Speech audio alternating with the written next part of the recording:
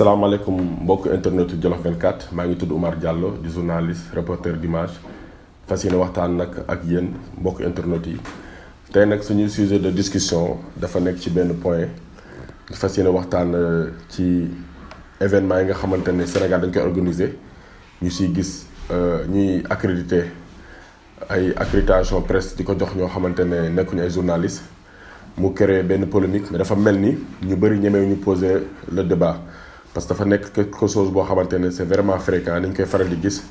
ay activités yi nga xamante ne dañ ciy invité journaliste ñuy gis ñenn ñuy yore carte de presse ñi nga xamante ne nekkuñu journaliste au même moment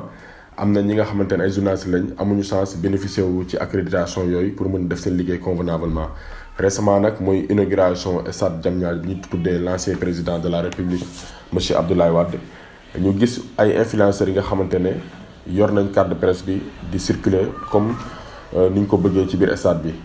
après ça aussi ba ñenn ñi ñaawloo lool ci réseaux sociaux yi gis nañ fan yi benn journaliste interrogé si benn influenceur muy dem bay moquewu journaliste yi di leen di wax ni ñoom gën ñu seet si waaye li ñuy def journaliste duñ ko def. may leeral rek mbirum influenceur du Sénégal la njëkkee je pense que influenceur gis nañ ko dëkk yu nekk ndaxte avec l'avènement des nouvelles technologies de la communication mooy réseaux sociaux yi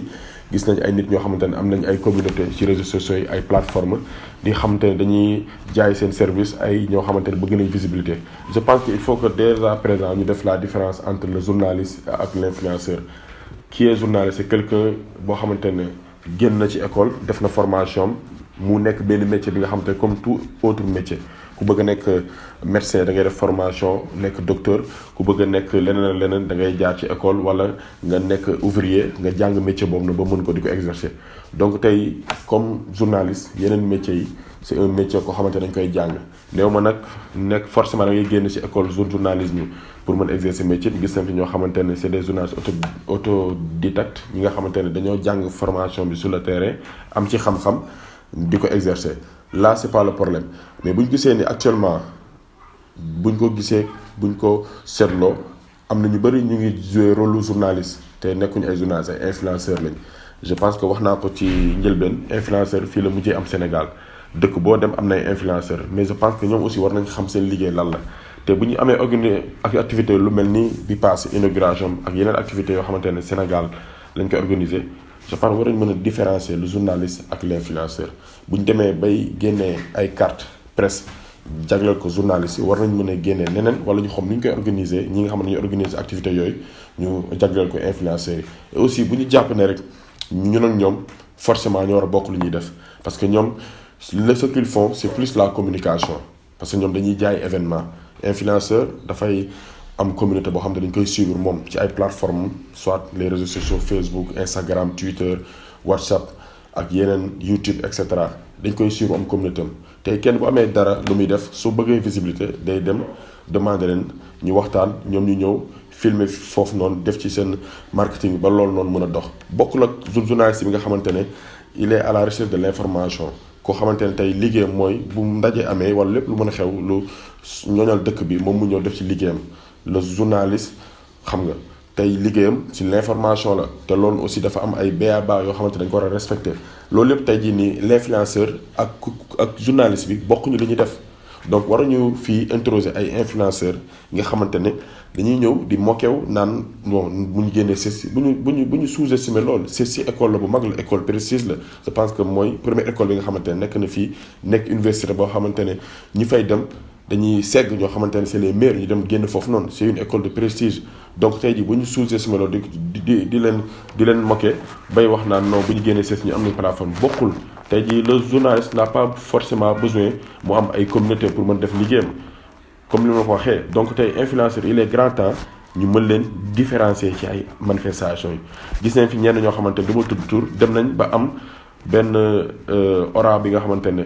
état du Sénégal buy def yenn activités yi sax ñoom lay demander mën na leen ko nangul mais tamit forcément le rôle du journaliste on doit délimiter ko xam fan la commencer ak fan la yem xam ñu aussi ñoom seen rôle fan la commencer fan la yem day ñaaw trop lu mel ni inauguration loo xamante ne c'est un bijou ñu inaugurer un nouveau stade bi nga xamante ne mosul am Sénégal mu nekk un bijou boo xamante ne dëkk yëpp ñu koy naw journaliste bu nekk sa bëgg-bëgg moo nekkoon nga vivre moment yooyu def ci sa liggéey nga dem demander ñu ne pour nga accéder fa il faut nga am accréditation mooy carte presse